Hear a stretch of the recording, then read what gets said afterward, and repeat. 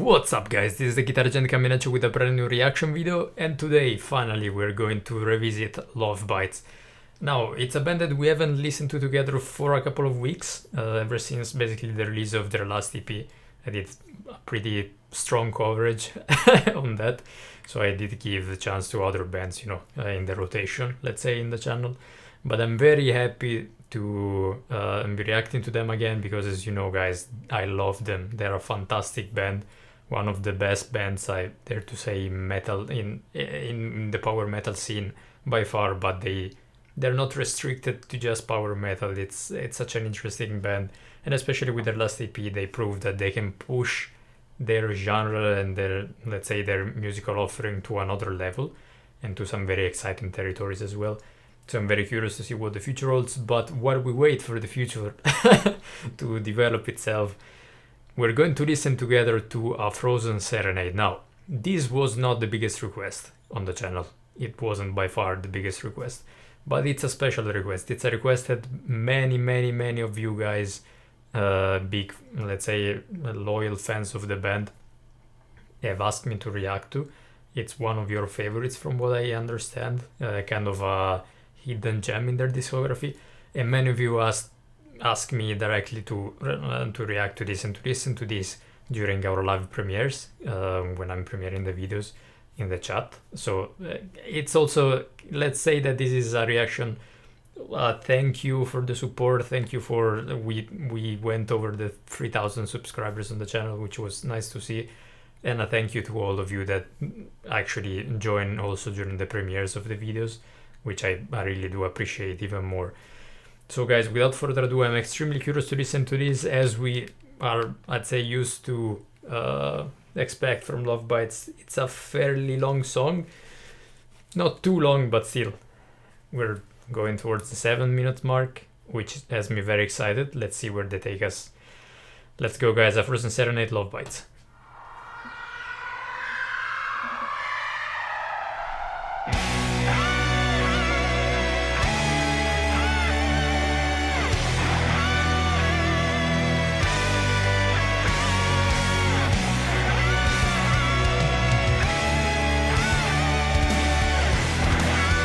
Oh, loving those guitar lines already.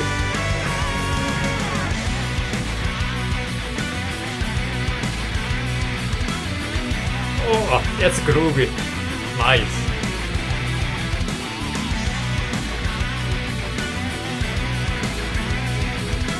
I love the layering of a pad or keyboards. That's in with the guitars.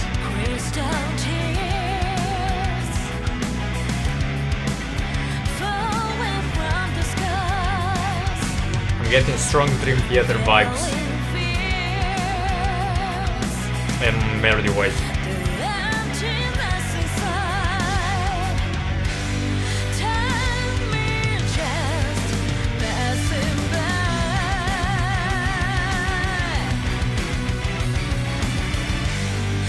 Lovely again, those, I guess it's keyboards, but they're replicating the strings.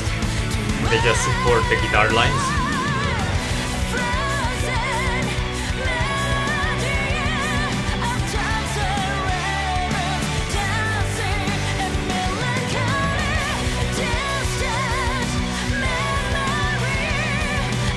Wow,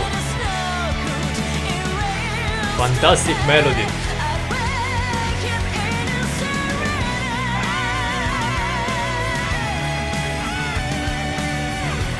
And I confirm my first impression of a strong Dream Theater vibe that I'm getting off of this. Again, when it comes to the melody, not necessarily some structure or anything like that.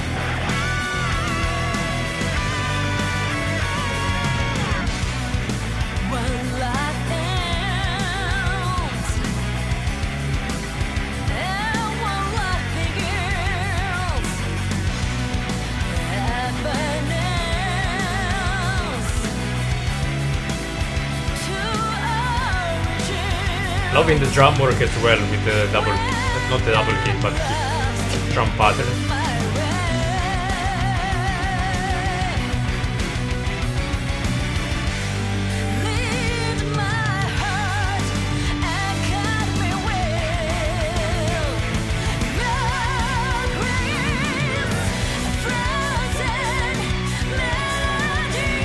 It's a beautiful melody again, guys.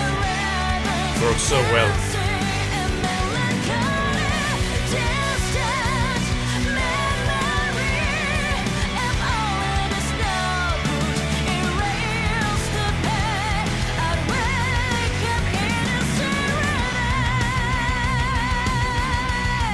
Ah, nice. Much more aggressive now.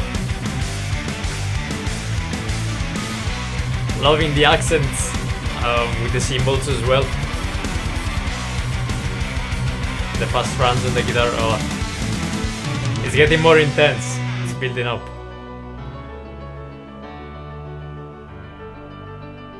Oh. As soon as I said that, piano break.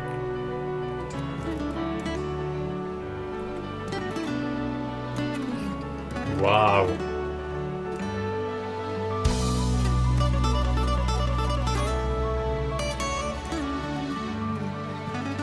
Classical guitar as well.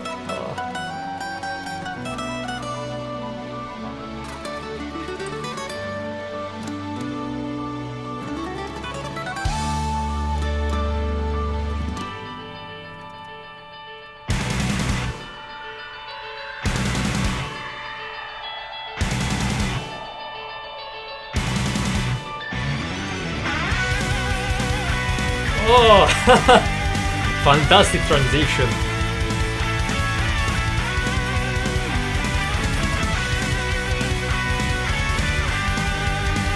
Yes, we're going off into the guitar solo now.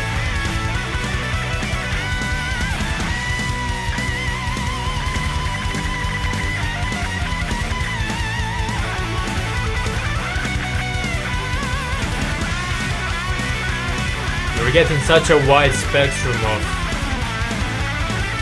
playing and riffs and tempos in the song. Ah, listen to that! Woo!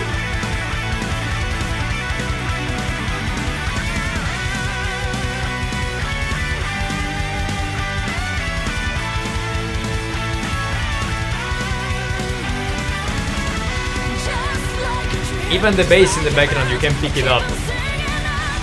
I'll touch on that later.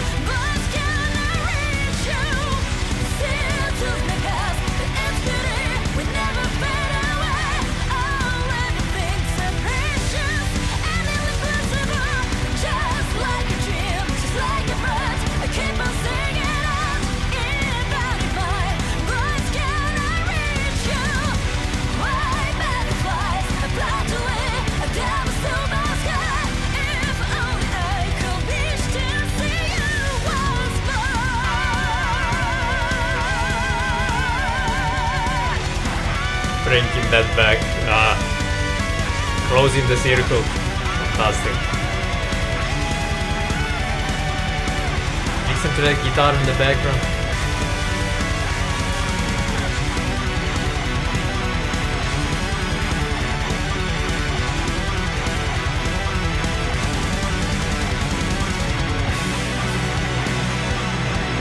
Lovely.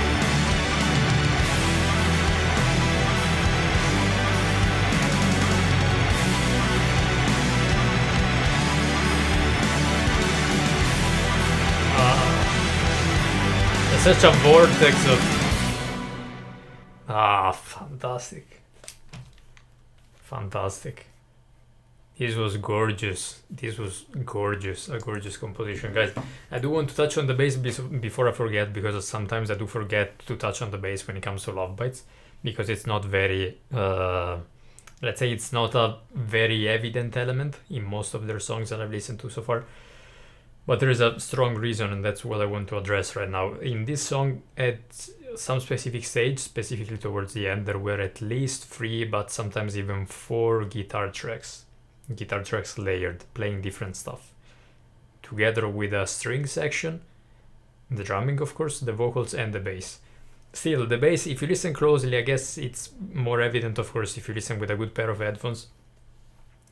You can pick it up. And she's actually playing some very interesting lines as well, but it is kind of hard to cut through the mix when there are so many guitars playing so many things on so many different levels, sitting, you know, on very different frequencies in the mix, because you had a guitar playing the chords low, you had a guitar playing the very fast but still on the low register, very fast chromatic riff, and then you had the two dueling harmonizing guitars on top on some higher frequencies as well. So they basically cover the whole spectrum, and the bass has a little bit more room, you know, to resonate, let's say. That being said, again, if you listen closely, you can understand what she's playing, and she's always supporting the drums so well. It's such a fantastic rhythmic section in this band. I think it gets overlooked probably because of the talent and the skills of the guitar players as well, but it shouldn't be underestimated. And I do want to touch upon on the drumming as well, because the drumming here was extremely strong, and I was happy because in the first half of the song we got a little bit of everything. Let's say in the first half the tempo was slower, so she did have a bit more freedom to be more creative with her choices, which is something that's not always the case with Lovebites, because their rhythm and their, let's say, the pace of their songs tends to be very high. So, you know, when the rhythmic section needs to follow a very high tempo, a very high pace, and you have to fill in basically everything with double bass, you know, to make it more aggressive, there isn't that much that you can do to, let's say, on the creative side of things, you can't really do as much as you can on the slower song. It's something that we've covered as well with many other bands. If I think about the first ones that comes to my mind are Ginger and Bandmate, especially. Bandmate, it's a fantastic example of that. When, you know, when they pick up the tempo, the drumming is a machine, but when they slow it down in the ballads and everything like that, you can really see the talent of the drummer and the creativity of the drummer. So fantastic to see that, also because, again, we got that on the first half, and then on the second half after the break, we had the other aspect as well, the very fast, fantastic. And I really love, as I pointed out during the reaction, the accenting on the cymbals works very well. I do want to address as well the break in the song. Again, as I said, it kind of happened while the song was building up a momentum after the second chorus, so it was very sudden. I was not anticipating that, and that's very interesting. I'm very fascinated by this choice that they took, because they didn't put it right after the second chorus. Like, they went second chorus, then a transitional section, and then they went into the break, which was very fascinating. It's very interesting. I can't wait to listen to that again, to capture the the transition as well as possible, also because I was kind of talking during that, but it was extremely enjoyable. And again, the piano, you know, guys, I love Miyako's playing on the piano. There was the classical guitar element as well, kind of a flamenco vibe. Not necessarily a flamenco scale or anything like that, but that's the sound that we tend to associate with that. The strings, the only thing that I wish kind of is that they could play this with a real orchestra, because to me it kind of sounded a bit fake, the keys, of course emulating the strings, but I do understand that 100% it's not feasible for most of the bands, especially, I mean, this song, I'm not really sure from which I know from which record this is, Electric Pentagram. I'm not really sure which one of the record this is, if this is the first or later on in the discography. I can't remember, to be honest. But you know, it's not always feasible to have a full orchestra for your recordings, definitely not. So I do understand why they did that, but I hope that maybe someday they can play this live with an orchestra. Would be absolutely fantastic, because again, the lines are very interesting, and they double, not necessarily double, but they support for most of the part the guitar riffs as well, the guitar lines. It's beautiful. Guitar wise, very interesting, because they didn't go crazy. Of course, there were some very fast ascending and descending riffs, especially chromatic, both those ones going on in the background, but also in the final section, the harmonizing guitar solos. But they didn't go as crazy as we've seen them go. As always, that's a common theme with these bands, is that they serve the song first, and they did that in this case as well. 100%, you cannot deny that. So it was phenomenal work from everybody, and as I said, strong Dream Theater vibe when it comes to the melody, and especially the vocal melody. It really reminded me of some 90s Dream Theater, especially in the vocal performance again, which was so strong, as it always is. She's a phenomenal singer, a phenomenal leader and everything. And that's, sometimes it's even better to listen to songs like this without a music video, I feel, for the purpose of my videos, to give you more insights, because I can pick up on so many more things. Not to say that, of course, I don't enjoy watching them perform or watching the music video, but if I can even close my eyes, if you've probably seen, and just listen to the song, you can pick up so many more things that then I can address to you guys. So it's definitely a format that, if you don't mind, I will be exploring a little bit more when it comes to the reactions. Also because it allows me to go a bit, stay on the official channels of the various bands with their Spotify accounts and everything, but also widen, let's say, the amount of songs that I can actually listen to together with you guys.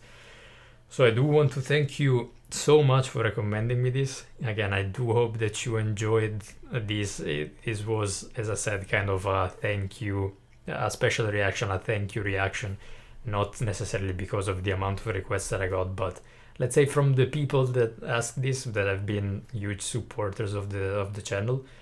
So thank you very much. You know who you are.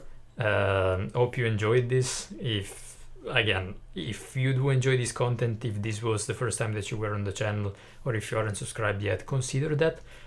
Even if you don't want to subscribe, as I always say, I'm extremely appreciative of your time and the time that you decide to spend today just listening to music and watching a guy just listen to music and talking about it, even without a music video or anything. I do appreciate it so much, honestly. And I'm very grateful for the community that we are creating, because the comment sections are always so supportive and so full of insights and full of knowledge. I think it's just beautiful. We're all being our best, I think, in this community that we're creating. So hopefully we'll be able to expand that, but still keep those good vibes going. Guys, thank you so much for tuning in. As I always say, a lot of more content is coming your way. I couldn't get that sentence out of my mouth. Covers, we're going to start doing some deep dives into songs that I've already listened to, but to give you a bit more of a music analysis, reviews from new songs. There are a lot of things going on this channel, and I hope that you'll be with us, I guess, for the journey. Thank you so much again. I'll see you very soon with the next one. Have a good day.